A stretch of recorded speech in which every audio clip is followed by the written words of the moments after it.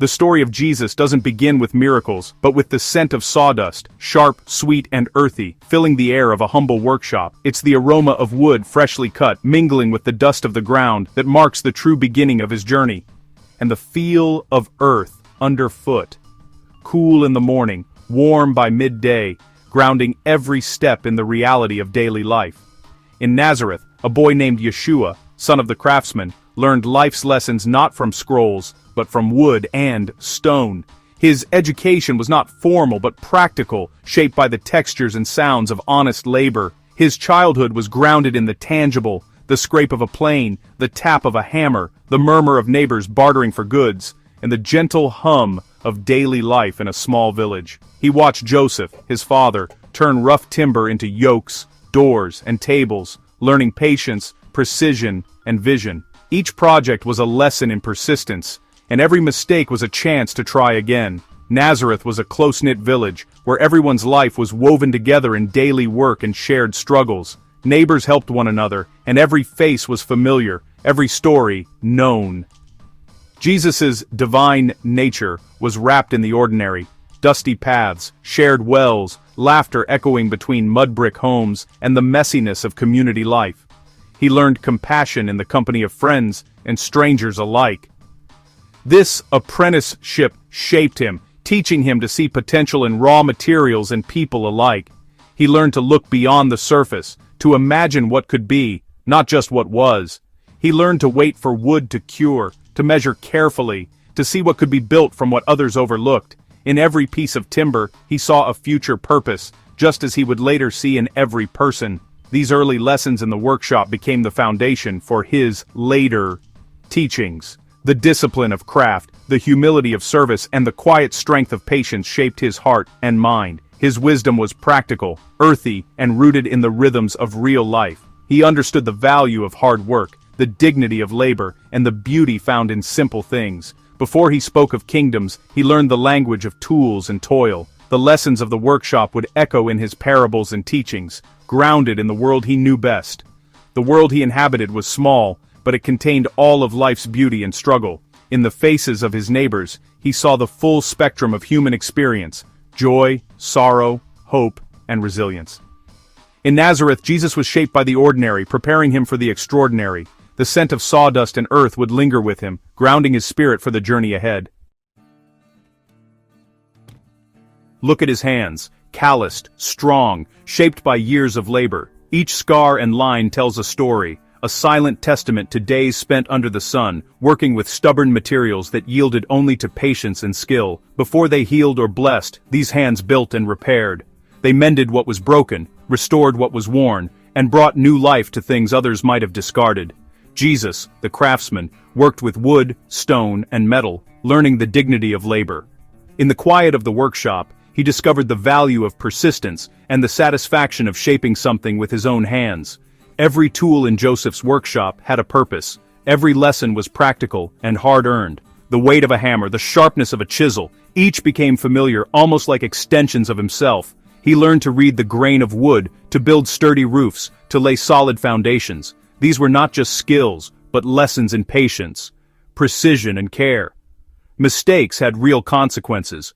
A misaligned wall, a weak joint, so he learned through sweat and failure. Each error was a teacher, each correction a step toward mastery. His work connected him to his community, fixing plows, building doors, providing shelter. He was not just a laborer, but a neighbor, a friend, someone people relied on in times of need. Each task was an act of service, not just a job. Every finished piece was a gift, a way to make someone's life a little easier, a little brighter. This physical memory stayed with him, giving his words authenticity. The lessons of the workshop became the wisdom he shared, rooted in real experience.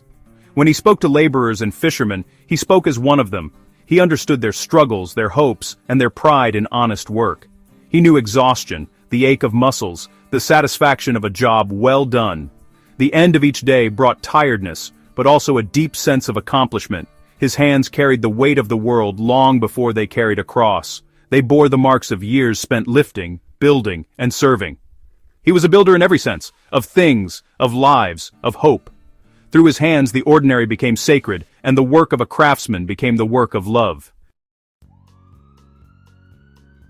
When Jesus taught, his stories came from the world he knew: building, farming, daily work. He spoke of houses on rock, of counting the cost before building, of yokes that fit well. These weren't abstract ideas, they were lessons from his trade. His listeners understood. He spoke their language, grounded in their reality. The kingdom of God, to him, was something built piece by piece, like a house or a table. He saw potential for renewal in people, just as in raw wood.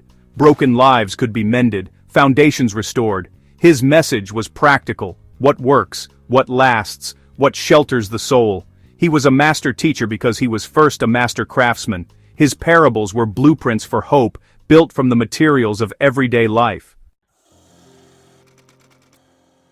Beyond the workshop, the Sea of Galilee was another world of hard labor. Fishermen like Peter and John battled wind, hunger, and uncertainty. Jesus understood their struggle: the smell of brine, the ache of empty nets, the endless mending. He called his first disciples not from temples, but from their work, seeing in them persistence and skill. Their challenges were economic and political: taxes, market pressures, daily survival. His message of justice and reversal resonated with those always last in line. When he taught from their boats, he entered their world completely. His parables of nets and catches were rooted in their daily drama. He honored their labor, offering a vision where their work had greater purpose. He promised to make them fishers of people, transforming their skills into a new mission. For them, his call was both familiar and revolutionary. Jesus' miracles weren't just grand spectacles, they solved everyday problems. He healed Peter's mother-in-law, restoring her to her family and dignity. He fed thousands with a poor man's lunch, showing that God cares about hunger. His miracles restored people to community: the leper, the outcast, the woman isolated for years. Each act was more than kindness. It was a strategic restoration of belonging. Turning water to wine saved a family from shame, honoring joy and community.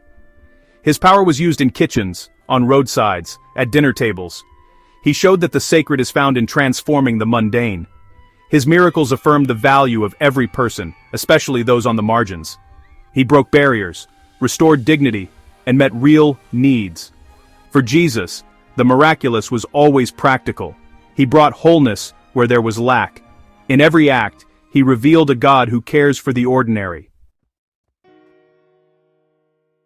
Jesus walked everywhere, his feet caked with dust, his sandals worn thin. Each step was a testament to the miles he traveled, the villages he passed, and the people he met along the way. The road was not just a backdrop, but a constant companion, shaping his days and his spirit. He knew exhaustion, hunger, and the vulnerability of depending on others. Sometimes a simple meal shared with strangers was all he had to sustain him. The ache in his body was real, and the uncertainty of where he would sleep each night was a daily reality. His journey was physical, not symbolic. He felt the sun burning his skin, the cold biting at dawn, and the ache of travel deep in his bones. Every hardship was a reminder of his humanity, and every challenge was met with quiet endurance. He prayed in quiet places, refilling his spirit as he faced endless demands. In the stillness of the countryside, he found moments of peace, drawing strength for the days ahead. His humanity was visible. He got tired, hungry, sorrowful, and joyful. He laughed with friends, wept in sorrow, and embraced those he loved, never hiding his feelings. When he prayed for daily bread, it was the plea of someone who knew real need. He understood what it meant to go without, and to trust that each day would bring enough. His rhythm of engagement and retreat showed a deep awareness of human limits. He knew when to serve, and when to rest, honoring the balance between giving and receiving. People approached him because he was one of them, fully human, fully present. His presence was comforting, his words relatable, and his actions spoke of shared experience. His divinity was expressed through his humanity, not apart from it. Compassion, kindness, and empathy were the ways he revealed the heart of God. He showed that to be close to God is to live fully in the body, with compassion and faith. Every act of service, every shared meal, was a sacred moment. He wept, he rejoiced, he loved deeply. His emotions were not weaknesses, but signs of a heart open to the fullness of life. In every step, He embodied the sacredness of ordinary life. The dust of the road and the hunger of the soul were woven together, making each moment holy.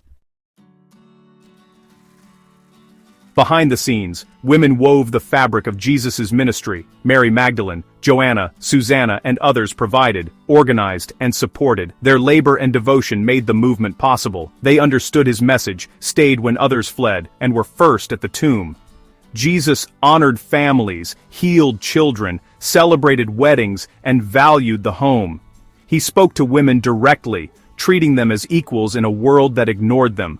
Their care and hospitality were the foundation of his community. The kingdom he built rested on mutual support, shared meals, and practical love. The work of women and families was not a footnote. It was essential. Jesus' revolution began in homes, around tables, and in the tireless, unseen work of community.